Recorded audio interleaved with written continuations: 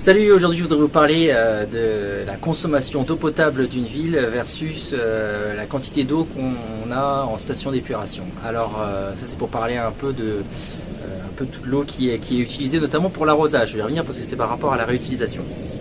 Alors en fait, les villes, les communes, si vous regardez votre courbe de consommation d'eau, en fait la quantité d'eau potable que vous produisez chaque année, vous verrez généralement qu'il y a une sorte de vague dans le sens de l'été.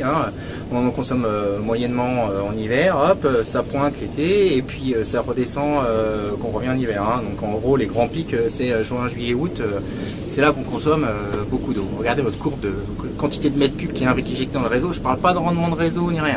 La quantité de mètres cubes qui est injectée. Maintenant on compare avec les stations d'épuration. Les stations d'épuration, nous on en reçoit plein l'hiver, et puis l'été généralement il y en a moins. Alors à moins qu'on soit dans une ville très touristique, mais généralement voilà, il y a un gap entre l'eau qui est injectée dans le réseau et l'eau qui arrive en station d'épuration. Je compte que ce qui est injecté et que ce qui arrive. Je parle pas des rendements de réseau.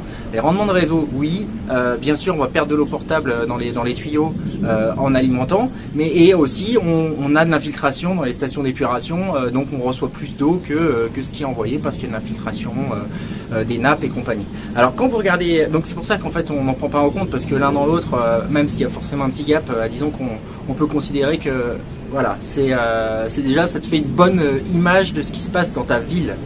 Et donc, quelle est la différence entre cette vague de consommation d'eau potable et ce creux qui arrive à la station d'épuration? En station d'épuration, mois d'août surtout, les usines sont fermées les 3/4 du temps, tout le monde est en vacances, bref, la consommation est beaucoup plus faible. Enfin, en tout cas, la quantité d'effluents qu'on reçoit en station d'épuration est généralement beaucoup plus faible, à moins que tu sois dans une ville touristique. Moi, j'ai travaillé à Angers, je peux vous dire qu'à Angers, la courbe, elle était très nette.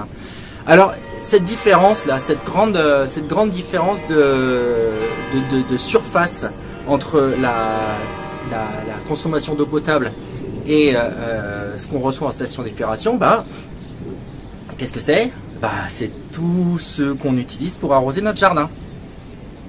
Et donc ça, c'est pas taxé. Enfin c'est pas taxé, si c'est taxé, je veux dire, ça pour le coup, ça existe depuis des années.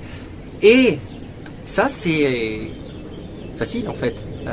On peut quand on arrose notre jardin, on paye la taxe d'assainissement. Pourtant l'eau elle va pas à la station d'épuration. Alors ça c'est déjà un premier point que je voudrais aborder parce que justement quand on voit toutes les réglementations qui existent sur la lourdeur administrative pour recycler de l'eau, en l'occurrence quand on arrose son jardin on paye aussi la taxe d'assainissement et pourtant l'eau elle va pas en station d'épuration et là quand même ça dérange personne apparemment, il n'y a jamais eu de réglementation dans ce sens là. Donc voilà, pour tous ceux qui font des lois, pensez-y, ça c'est le premier point.